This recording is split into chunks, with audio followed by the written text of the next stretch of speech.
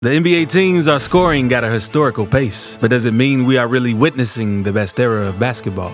Now, how do we arrive here? A series of rule changes have led us to this point. In one of my previous videos, I highlighted how various players have led to various changes in the NBA rulebook, and some of these changes have led us to this situation. Teams are scoring 150 plus points in a single game with ease. This has me wondering if this is the best for the NBA. With the way things are going, by the time we're in 2025, teams will be nearly scoring 200 points. Wow. As much as we all love to see players putting up big numbers and making jaw-dropping plays, the games have become a bit too one-dimensional. So, the question is, what can we do to make the games more diverse? Before we go on, don't forget to hit that subscribe button. Look, it's no secret that over the past few seasons, we've seen some of the most athletic and skilled players in the league's history. From crazy dunks to incredible game winners, every night we're treated to some truly amazing moments. But despite all the excitement and incredible plays, some of us are starting to feel a bit irritated with the way the game is being played. You see, lately, it seems like the league has become a bit too one-sided with scoring reaching extreme levels. Now, don't get me wrong, I love to see our favorite players putting up big numbers and dominating the court, but there's a growing concern that the game is becoming too easy for some teams. And the reason for this is because of the manipulation of rules allowed by the referees. So,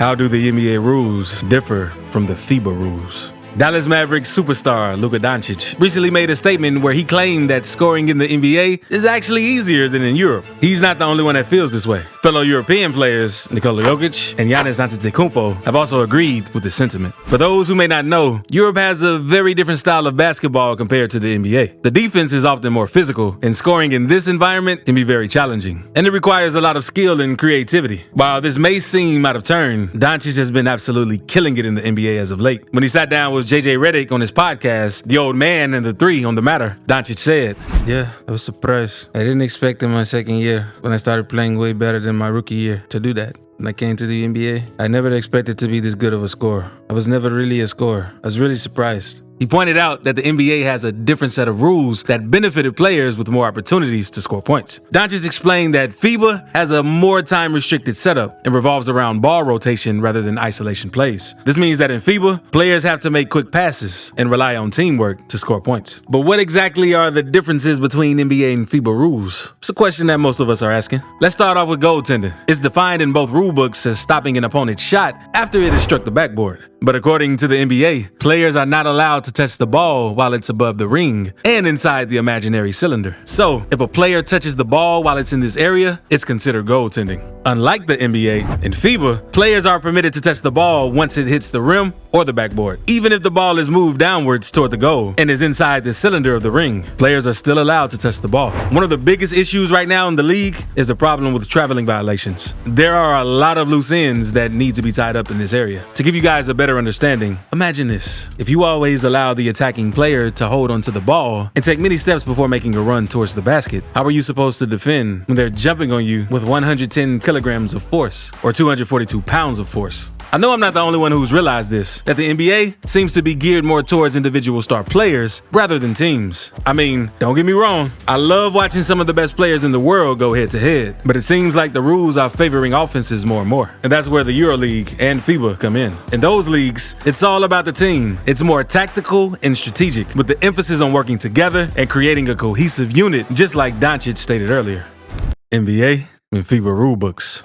NBA rules have been changing over time. While many things have improved greatly, there's one issue that's been hurting the game: the additional help for offensive players that comes from the rules and referees. Again, don't get me wrong, I love great offense and seeing players score amazing shots, but it seems like the rules are making it too easy for them. This takes away from the competitiveness of the game and doesn't allow for as much defensive strategy. You know what they say? If you give players an inch, they'll take a mile. And that's exactly what happens on the court. For starters, players will carry the ball every chance they get. They wait with the ball in their hand until the defender reacts and then move with it. And when they do, it's game over, even with a good D and given no hand checking allowed. For decades, the difference in calling the traveling violation has been one of the main disparities between FIBA and NBA. Let's take a closer look at this. In the NBA, there is something called the gather step, which comes into play when a player gains control of the basketball. It helps to determine when and how the player can set his feet afterwards. On the other hand, FIBA has a different rule called the zero step. It's different from the NBA's gather step, and is a significant variation between the two rules. After catching the ball, the foot that first touches the ground is the pivot foot. This means that all other actions that the player takes must be made fade while keeping that foot in place. For example, he can start dribbling the ball or take a two-step to finish the shot, but he must do so while keeping that pivot foot in place. This creates what's known as a three-step move together with a zero step.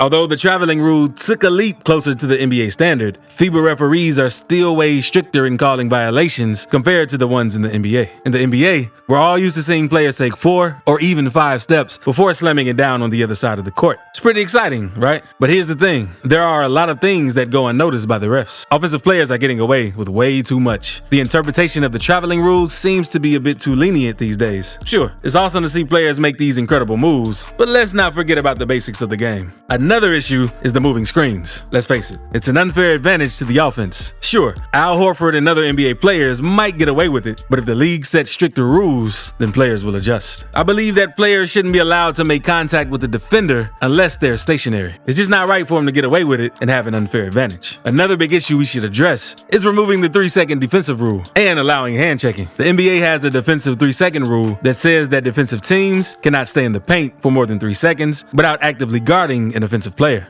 However, FIBA's rule is a bit more stringent. It states that the defensive team cannot stay in the paint for more than 3 seconds, regardless of whether they are guarding an offensive player or not. The reason for these differences is that the NBA tends to be a more offensive-focused league, whereas FIBA is both defensive and offensive-minded. Hand-checking was one of the things that made the NBA's 80s-90s era tougher and more physical, but it didn't stop the players from putting on an amazing show on the court. But here's the thing, as a fan, one of my biggest frustrations is when referees make foul calls on light incidental contact that clearly didn't have an impact on the shot. It's just not fair, and it slows down the game. That's where hand checking comes in. Allowing hand checking can help prevent these annoying invincible charges to the rim and minimize those pesky ticky-tack foul calls. FIBA rules have the potential to make basketball more competitive and exciting. And who knows, maybe the NBA will adopt some of these rules in the future. But what do you think? Do you agree or disagree? Let us know in the comments below. Don't forget to hit that subscribe button and give this video a thumbs up. Thanks for watching, and until next time.